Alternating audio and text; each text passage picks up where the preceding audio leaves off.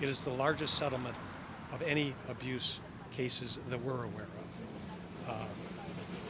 As I said, it will impact the daily operations of the Archdiocese for years and years, perhaps decades to come. Archbishop was not only willing but insistent that a settlement be reached to compensate victims for their harm, their suffering.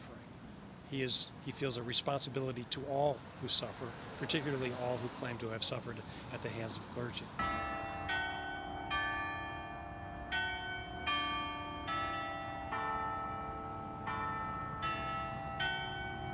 These cases were filed back in the 40s for abuses that occurred in the 40s, 50s, 60s, 70s, somewhat in the 80s.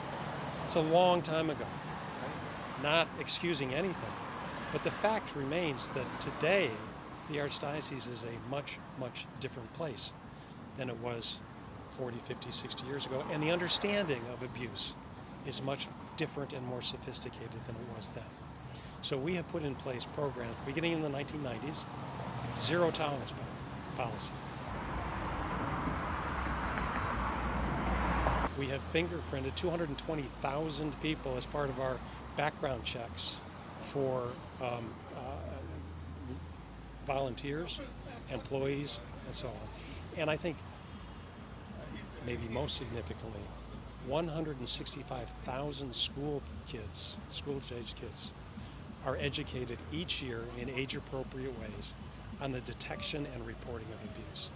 I think it's correct to say that there is no safer place for children in this country than in the parishes, the schools, the churches that are part of the Archdiocese.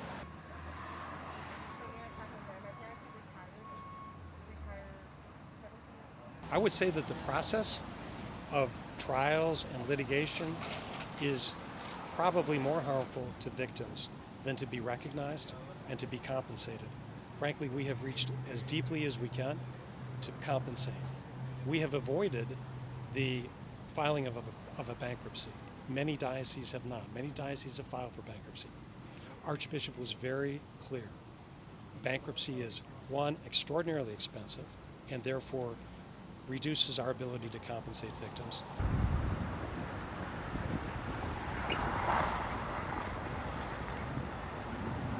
I think we have worked mightily to try and resolve these cases in a way that is beneficial as we can be to victims, and that, as I said, does not destroy our essential ministries.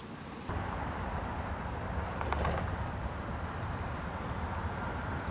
think it's important to note for the faithful, you had asked that question, that this settlement will not be funded from school or parish assets.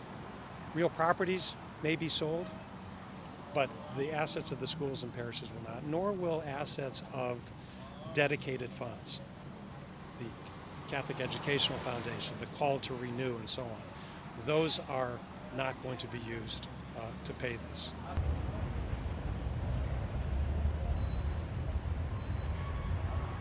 The Archdiocese is using all of its investment surpluses, all of the investment surpluses of the cemeteries and mortuaries, private placement for assets that cannot otherwise be monetized, bank loans, the drawdown of credit lines, and the sale of real property.